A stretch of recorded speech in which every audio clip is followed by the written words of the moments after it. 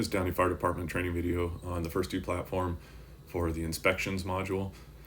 Right now we're looking at the inspections module where you can see inspection list and my inspections. When you click inspection list, you'll see all the active inspections that are currently open or ongoing. It's kind of a department-wide view. You can also search for inspections up here along the search bar. The other section is going to be my inspections, and so in the future, as you're assigned your inspections, whether they're R1, R2, or business license inspections, this is where you'll be able to manage your own inspection load as you, so in this case, the test captain's account.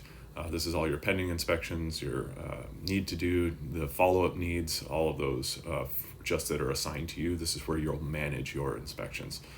But we'll look at the inspection list first, just for the purposes of this video. Up here you can start an inspection at any time. You just click it, you type the address that you're going to do the inspection from, and then you can search that address and start an inspection there. You can also look at any existing inspections that you might want to reopen. You can change the different items that you're of columns by hitting the show button. Then the show button is a drop down, and so if it helps you sort the list by different items, then that's what that show item is. And the show item, as you scroll across, these are the 20 items that are currently being shown to help you find your way through the inspection items that you're looking for. The next piece here is you're going to have a section, each one of these icons, and this is universal across the platform, but the eyeball is for viewing. The calendar is for scheduling, the envelope is for emailing, the play button is your start or to begin, the X is to delete, to cancel, the trash can is to delete, and those are the primary functions that you'll see. And again, those icons are universal throughout the platforms, whether you're doing NFIRS reports, the other icon you don't see here is the pencil, and that would be the editing icon, but you'll see the pencil a lot in this action column, and that's where you do the actions. So in this case, we're going to go ahead and start an inspection here at Fire Station 1. It's going to start auto-populating the list, so we'll go ahead and click that. It's going to launch an inspection. This would not be the traditional way you would do the inspection, but for the purposes of showing this demo, each one of this inspection type will already be assigned to the inspections that you're going to be doing, unless you're doing an inspection from the field. So these are all the inspection types. I know there's a lot of them, but it's going to help us better run our data and know what kinds of inspections, how many, how often, annually, monthly, etc. But in this case, I'm just going to run a form test inspection just to kind of give a demonstration of what it looks like to start an inspection. So you get this screen here, and what it's asking you is, are you starting your on-site inspection? And you would say confirm if you were at the location. If you're at the apartment, you're at the business, and you're going to confirm that you're on-site and starting it. You can also hit cancel if you're going to do this as a remote inspection, or if you're going to be doing a video re-inspection, you would hit cancel, because in that case you'd be doing it from a location other than on-site. But in this case, I'm going to confirm that I'm on-site. And what that does is it launches the inspection. Up here, you're going to see the inspection timer. The reason why we have the inspection timer active is rather than having to enter how much time manually that you do the inspections, it's just going to run a timer while you're doing the inspections, and that'll help quantify how much time we're spending in the field doing these inspections. At any time, you can save your inspection. It just saves your progress along the way. It auto-saves occasionally, but if you just did a bunch of work and you want to make sure that work is saved without exiting, you'd hit the save button. And then close would be, it would close and save the progress for future completion. You'll be prompted if you haven't saved it when you close it, it'll ask you, do you want to save your work before you exit?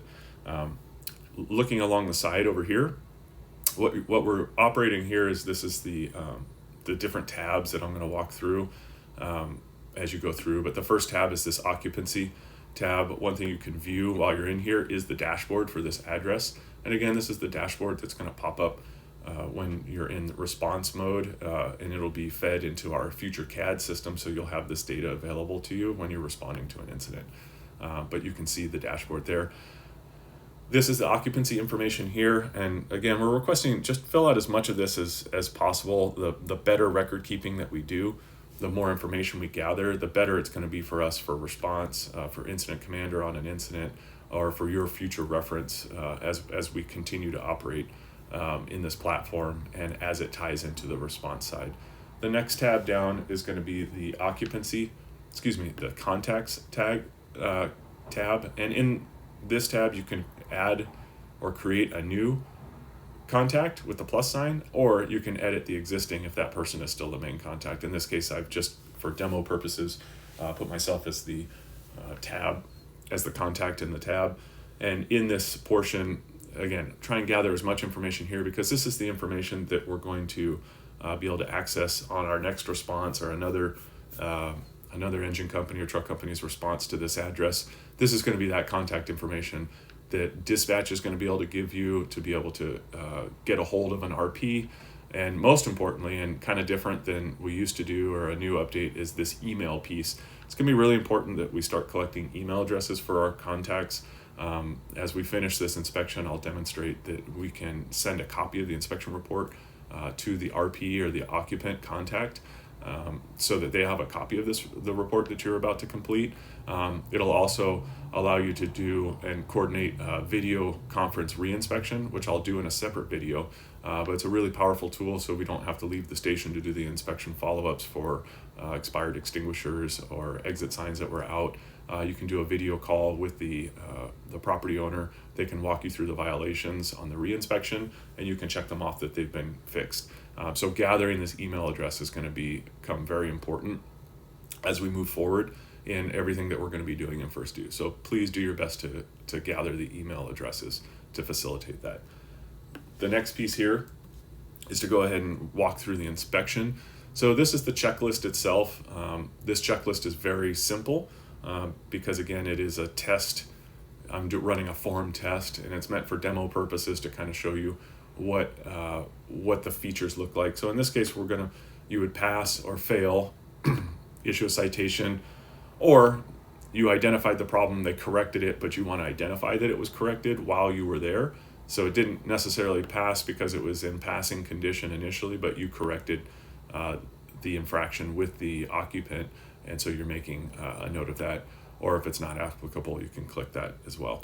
As we're going through, as you're passing, you have the opportunity to add remarks to any line item that's going to be here. So this is the remarks. Let's say you're going through and doing the inspection, and you have multiple violations that are the same item. You can duplicate the item. So this is going to be a second instance of this same item. So if they failed this one and now they failed this one as well, you're basically just identifying a second instance of failure. So you may have multiple exit signs that are failed, and you may want to document each exit sign separately on how many exit signs that failed. So this would be a way for you to create a second instance of that. If you want to go ahead and delete it, you can delete it if you don't need it after all. And then while you're doing this documentation and the remarks, you can also click here and you can add a photo of the violation or any additional notes or files that are supportive if you're going to be failing something that you want documented. Now, all these photos and all these forms become future reference, so before you're going to re-inspect this occupancy, or another engine company is going to inspect this occupancy next year, they can review your inspection report and they can see the photos of the conditions. So if they see the repeat violations in the next year, you can see a pattern. You can see a track record of multiple violations from the past. You can have photo evidence of those violations. So the better we document it for the future, the more we can see those patterns for better fire prevention practices. So, but in this case, I'm going to go ahead and I'll leave it as failed. I can again add remarks. And then if there's any ad hoc violations, all the checklists are going to have an ad hoc tab. And I would just add a new violation. If there's a code associated with it and I know the code or I want to look it up, you can see the reference code here, or I can associate a code. And what that means is it'll take me into our code sets, and our code sets have all been uploaded. There's the Downey Municipal Code, the California Fire Code, and all these NFPA sections. So in this case, if I was going to California Fire Code and I want to search California Fire Code, and this is the item that we were going to select, then I would scroll down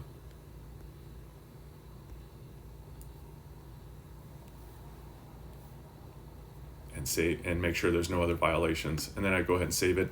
Now that code is associated, and if I view that code, it's going to give me the language of the code that I've referenced to support my actions. Now you're going to type whatever that ad hoc violation is here. You press save, and it saves it as a fail, so that when you do your reinspection, it may not be on the standardized checklist, but you want to document conditions that are that exist that are outside of the inspection template, and so this allows you to do so. And again, you can add remarks, you can add a photo, you can duplicate whatever it is that you need to do to document those violations. So in that case, I'm going to cancel the duplication. Once you've completed the checklist, and when you do the checklist, every single item has to be addressed, either pass or fail, or citation or corrected, or NA. After you've done that, the next tab here is in the pre-plans. So what it does is it launches a version, kind of a light version of the pre-planning module that we cover in a different video, but you'll have the ability to add icons here if you want to make edits to the pre-plan while you're doing the inspection, just to update anything that you see or that might have changed. The next tab down is going to be the review violations. In this case, we failed the test item, which is going to show as a failure. You can look at the violations history, so you can look back in the past on other violations. So it looks like there was another violation here that we ran on a test back in October, so you'll see that violation history. But in the current violations, and you can scroll through this list if there are multiple items. Obviously, if it's a longer checklist and you have multiple failures, you're going to see them all right here. So it's a way to review the current violations. And then the last piece here is to go into the signature page.